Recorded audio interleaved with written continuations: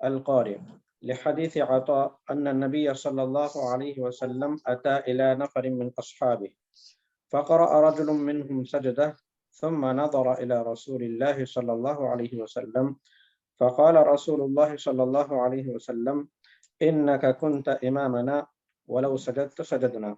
رواه الشافعي وغيره. ولا قدامه ولا عن يساره مع خلو يمينه، أي التالي عن ساجد معه لعدم صحة الائتمام به إذن. ولا يسجد رجل لتلاوة امرأة وخنثى لعدم صحة ائتمامه بها. ويسجد لتلاوة أمي وزمن لأن قراءة الفاتحة والقيام ليس ركنا في السجود، ومميز لأنه تصح إمامته في النفل. ويسن سجود الشكر عند تجدد النعم واندفاع النقم لحديث أبي بكر رضي الله عنه أن النبي صلى الله عليه وسلم كان إذا أتاه أمر يسر به خر ساجدا. رواه أبو داود والترمذي وابن ماجه.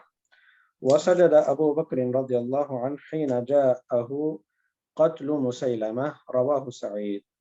وسجد على حين وجد ذا الثدية في الخوارج. وسجد علي وسجد علي حين وجد ذا الثدية في الخوارج. رواه أحمد.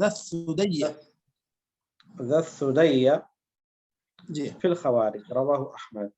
وسجد كعب بن مالك لما بشر بتوبة الله عليه، وقصته متفق عليها. وإن سجد له عالما ذاكرا في صلاته بطلت، لأن سببه لا يتعلق بالصلاة بخلاف سجود التلاوة، وصفته وأحكامه كسجود التلاوة. فصل في أوقات النهي، وهي من طلوع الفجر إلى ارتفاع الشمس قيد رمح، لحديث إذا طلع الفجر فلا صلاة إلا ركعتي الفجر. احتج به أحمد وعنه من صلاة الفجر لحديث أبي سعيد مرفوعا لا صلاة بعد صلاة الفجر حتى تطلع الشمس. متفق عليه. ومن صلاة العصر إلى غروب الشمس لحديث أبي سعيد وفيه ولا صلاة بعد صلاة العصر حين تغرب الشمس. متفق عليه. وعند قيامها حتى تزول لحديث عقبة بن عامر 3 ساعات كان النبي صلى الله عليه وسلم ينهانا أن نصلي فيهن أو أن نقبر فيهن موتانا حين تطلع الشمس بازغة حتى ترتفع، وحين يقوم قائم الظهيرة حتى تميل الشمس، وحين تضيف للغروب حتى تغرب. رواه مسلم. كافي يا شيخ؟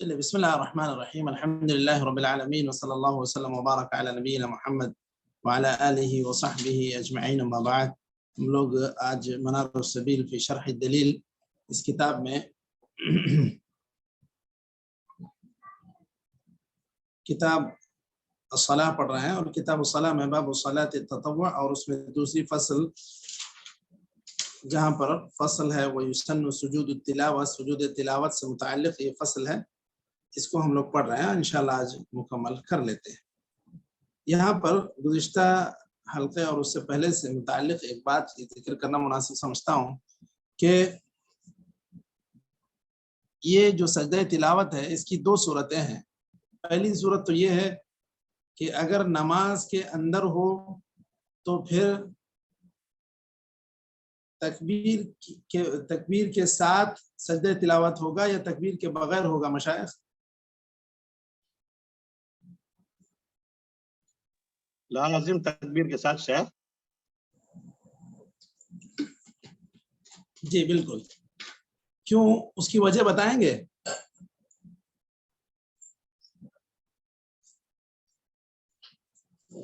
جب تلاوت کرتے رہے تو پھر کیسا سیدھا بغیر تکبیر کے کیسے سجدے میں جا سکتے ہیں شیخ؟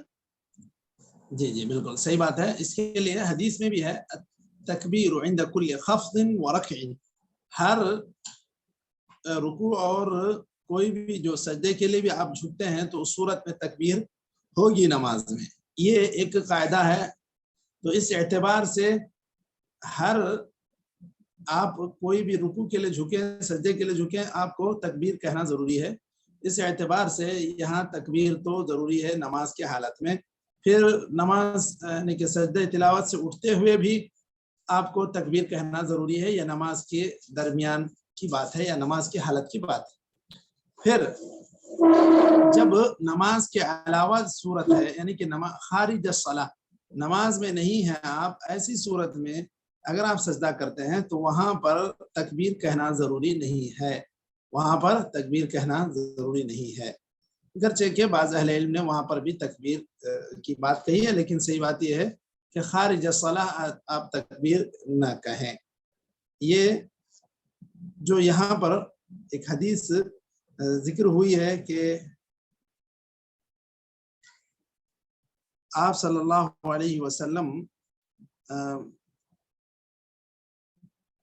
جب بھی سجدہ کرتے تو تکبیر کہتے، یا حضرت ابن عمر رضی اللہ عنہ کا جو بیان ہے کہ نبی کریم صلی اللہ علیہ وسلم قرآن پڑھتے تھے، جب سجدہ کرتے تو تکبیر کہتے اور سجدہ کرتے، اور ہم بھی آپ کے ساتھ سجدہ کرتے. یہ حدیث ضعیف ہے.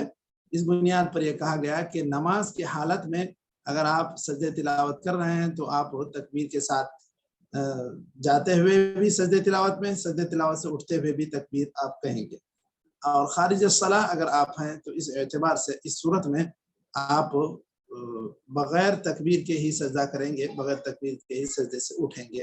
گرچہ کہ بعض اہل علم نے اس میں یہ بھی کہا کہ جب سجدے سے اٹھیں گے تو اس صورت میں جمہور کا یہ قول ہے کہ آپ سجدہ کہ اللہ اکبر کہیں، کیونکہ آپ سجدے سے اٹھنے کے مشابہ ہیں. تو اس اعتبار سے یہ نماز میں اور نماز کے باہر میں یہ دو تقسیم ہمارے ذہن میں ہونی چاہیے. تو اسی کے لیے میں گزشتہ حلقے کا حوالہ دے رہا تھا. تو اس کے بعد ہم لوگ آگے بڑھتے ہیں. تو شیخ نماز کے علاوہ اگر ہم سجدہ کریں گے تو نہ جاتے وقت اللہ اکبر کہیں گے سجدے کو، نہ اٹھتے وقت اللہ اکبر کہیں گے، صرف سجدہ کر کے اٹھ جائیں گے. ہاں جی جی بالکل یہی بات، کیونکہ یہ نماز کے مشابہ نہیں ہے، یا اس کو سجدہ تلاوت پر جتنے بھی نماز پر قیاس کر کے جو احکام ذکر کیے جا رہے ہیں وہ صحیح حدیث سے ثابت نہیں ہے. اس اعتبار سے اہل علم نے کہا، جیسے کچھ شیخ الاسلام ابن تیمیہ نے بھی جو بات کہی کہ یہاں بغیر آپ یعنی کہ سجدے میں بغیر تکبیر کے ہی جب خارج الصلاۃ ہوں تو اس صورت میں آپ بغیر تکبیر کے ہی سجدہ کریں، سجدے سے اٹھیں، یہی زیادہ درست ہے.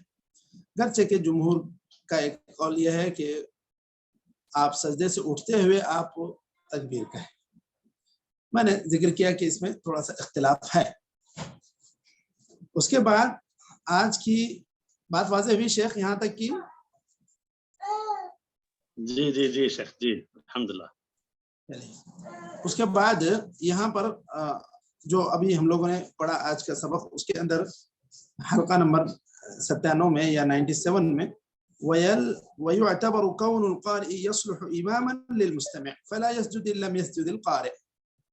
یہ کہہ رہے ہیں کہ اگر ایک آدمی جو سننے والا ہے وہ سجدہ کرنا چاہتا ہے تو جو آدمی تلاوت کر رہا ہے وہ ایسا ہونا چاہیے کہ وہ امامت کے لائق ہو، اس کی حالت امامت کی ہو، وہ امامت کے لیے اہل ہو.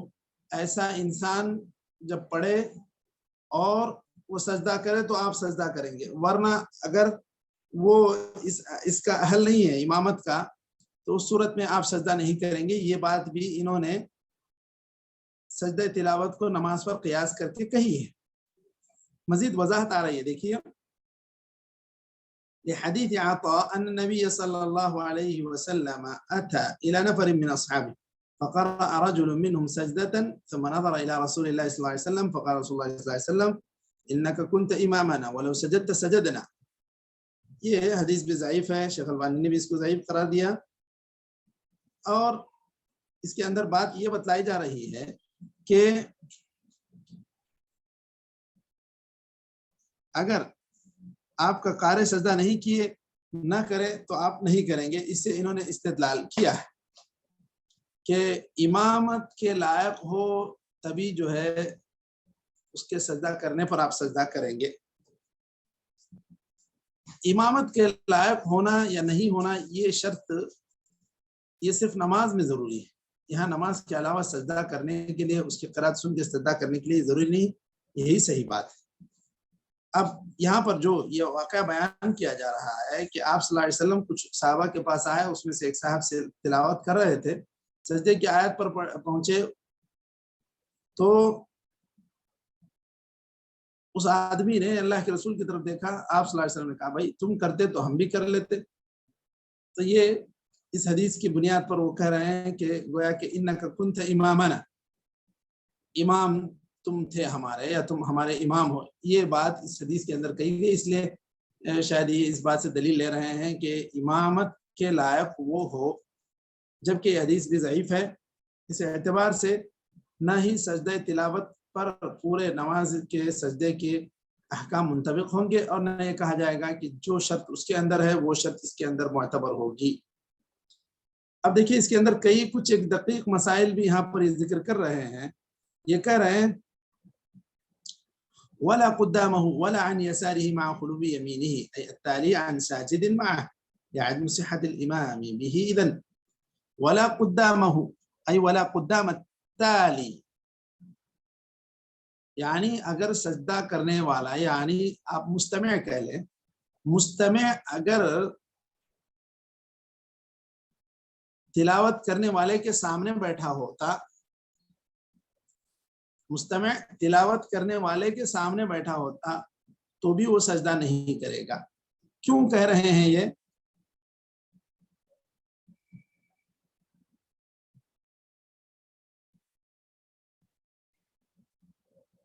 کیونکہ وہ قاری نہیں ہے اس لیے. کیسے؟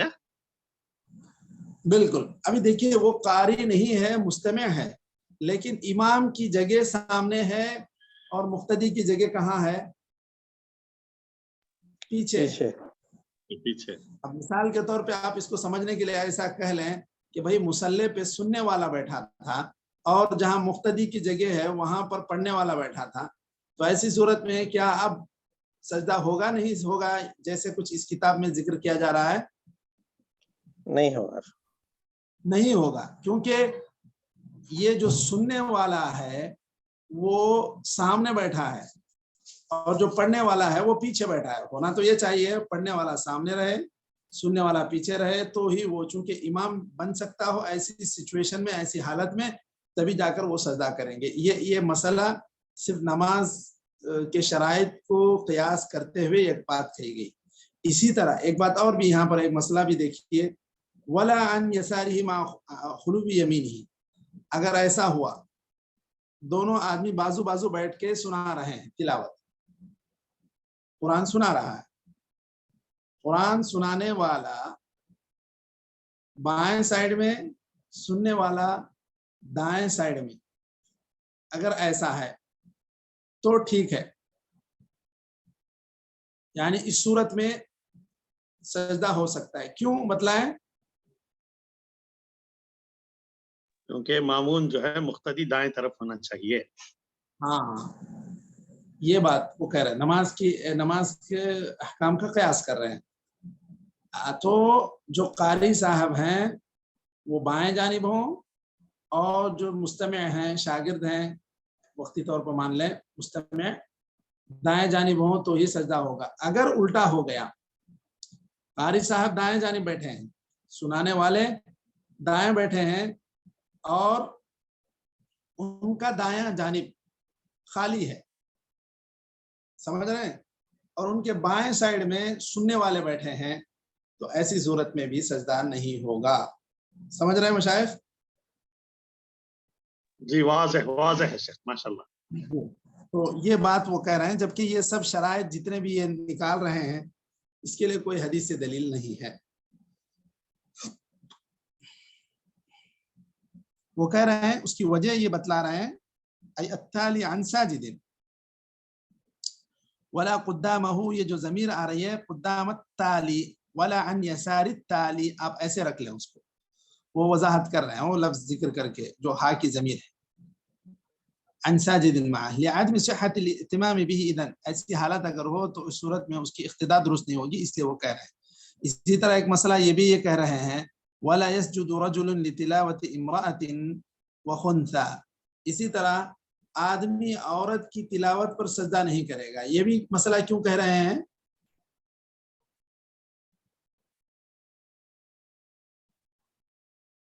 جی مشائخ. امامت نہیں کر سکتی نا، امامت عورت نہیں کر سکتی. مان لیں کہ جو ہے بیوی سورۃ العلق پڑھی، آپ سن رہے تھے، تصحیح کر رہے تھے، وہ سجدہ کی، آپ نہیں کریں گے، یہ کیا بات ہوئی؟ یہ تلاوت جو یہ کر رہی ہیں اب وہ اس کو نماز کے پورے احکام اس کے اوپر منطبق کریں گے، اس کے لیے کوئی دلیل نہیں. تو یہ جو کہنا ہے کہ عورت کی تلاوت پر آدمی سجدہ نہ کرے، یا اسی طرح جو ہے خنسا جو ہو اس کی تلاوت پر بھی آپ سجدہ نہ کریں، یہ جو غیر ثابت شدہ بات ہے. لعدم صحت اہتمامہ بہا، عورت کی آپ اقتداء نہیں کر سکتے، اس لیے وہ وجہ بتلا رہے ہیں. اسی طرح کہہ رہے ہیں وَيَسْجُدُ لِتِلَاوَةِ أُمِّيٍّ وَزَمِينٍ، امیین پڑھیں گے اس کو، ہاں، کہ ایک ان پڑھ کی تلاوت پر آپ سجدہ کر سکتے ہیں، کیونکہ یہاں پر وہ کہہ رہے ہیں لأن قراءة الفاتحة والقيام ليس ركنا في السجود، یہاں پر نہ اس کو قراءت فاتحہ اس کو آ رہی ہے، اس کو آتا ہے سورہ فاتحہ یا نہیں یہ بھی دیکھنا نہیں ہے، اور نہ سجدے میں اس کو پڑھنا ہے، اور نہ ہی اس کے اندر قیام ہے. تو اس لیے یہ کہہ رہے ہیں کہ یہاں پر امی اگر مان لیں کہ وہ بالکل ان پڑھ انسان ہے، وہ آخر کی ایک آیت یاد کر لیا، وسجد وقترب، وہاں کا کچھ حصہ یاد کر لیا، وہ پڑھا، وہ تلاوت کر کے وہ سجدہ کیا، تو آپ بھی کریں گے، یہ کہہ رہے ہیں. وہ زمین کہتے ہیں اس انسان کو جو مستقل بیمار یا مستقل معذور ہو جائے، مثلا جس کی پیٹھ جو ہے جھکنے کی اجازت نہیں دیتی، سجدہ کرنے کی اجازت نہیں دیتی، اس کو ایسی کوئی بیماری لاحق ہو گئی تو اس کو کہتے ہیں زمین، ای دائم المرض، اس کے ساتھ عذر ہے، وہ ہمیشہ بیمار ہے، تو ایسے انسان کی تلاوت پر آپ سجدہ کریں گے، یہ کہہ رہے ہیں. کیونکہ وہ انسان اس کے پاس عذر ہے اور امی ہے، تو یہ چونکہ ابھی یہاں قرأت فاتحہ کی بھی ضرورت نہیں، اس لیے وہ کہہ رہے ہیں کہ وہاں پر اس کی تلاوت پر سجدہ کریں گے. جبکہ صحیح بات یہ ہے چاہے امی ہو، چاہے عورت ہو، چاہے وہ آگے بیٹھے، پیچھے بیٹھے، دائیں بیٹھے، بائیں بیٹھے، یہ ساری ہی صورتوں میں آدمی تلاوت کی سنتا رہے اور وہ تلاوت کرنے والا سجدہ کرے تو اس کو بھی سجدہ کرنا چاہیے. اور اسی طرح یہاں پر کہہ رہے ہیں وہ ممیزن، اور اسی طرح جو ممیز ہے یا اس کو بالفاظ دیگر بالغ بھی کہہ لیں یا ممیز، ان کے پاس وہ انسان ہے جو سن رشد کو پہنچا یا عقل تمییز کو پہنچا، بلوغت ان کے پاس شرط نہیں ہے۔ تو صحیح بات یہ ہے کہ تمییز ممیز کی امامت نفل میں درست ہے یہ کہہ رہے ہیں، جبکہ ممیز کی امامت نفل میں بھی فرض میں بھی دونوں میں درست ہے۔ تو ایسا ممیز بچہ مان لیں کہ جو 6-7 سال کا ہے، اس کو کچھ تمیز ہے، طہارت وہارت کا اس کو مسئلہ معلوم ہے، تو ایسی صورت میں اس آدمی کی تلاوت، اس بچے کی تلاوت پر آپ سجدہ کریں گے یا نہیں کریں گے؟ تو صحیح بات یہ ہے کہ اس میں سجدہ کریں گے، اور یہ بھی وہی کہہ رہے ہیں کہ وہ سجدہ کیا جائے گا اس کی تلاوت پر۔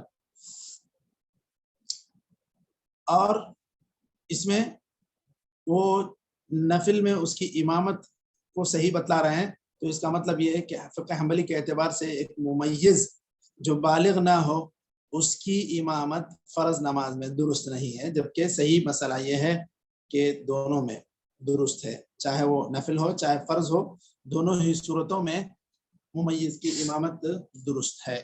اس کے لیے جو عمرو بن سلمہ کی جو روایت ہے کہ وہ قوم میں سب سے زیادہ قرآن یاد رکھے ہوئے انسان تھے، ان کی عمر کچھ 7 سال کے آس پاس تھی، وہ اپنے قوم کی امامت کرتے تھے، تو حالانکہ وہ بالغ بھی نہیں تھے۔ تو اس طرح ان کی امامت، وہ جو اپنے قوم کی امامت کرتے تھے، وہ فرض میں بھی اور نفل میں بھی۔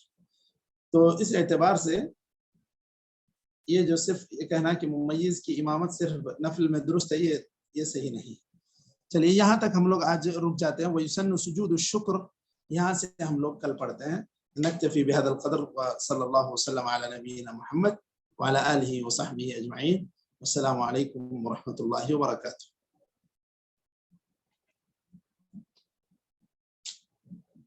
جزاک اللہ خیر شیخ۔ بارک اللہ فیک۔ بارک اللہ شیخ۔ بات تو واضح ہوئی نا مشائخ؟ آج کے وہ مسائل جو تھوڑا سا دقیق بھی تھے۔ جی شیخ۔ بارک جی جی جی۔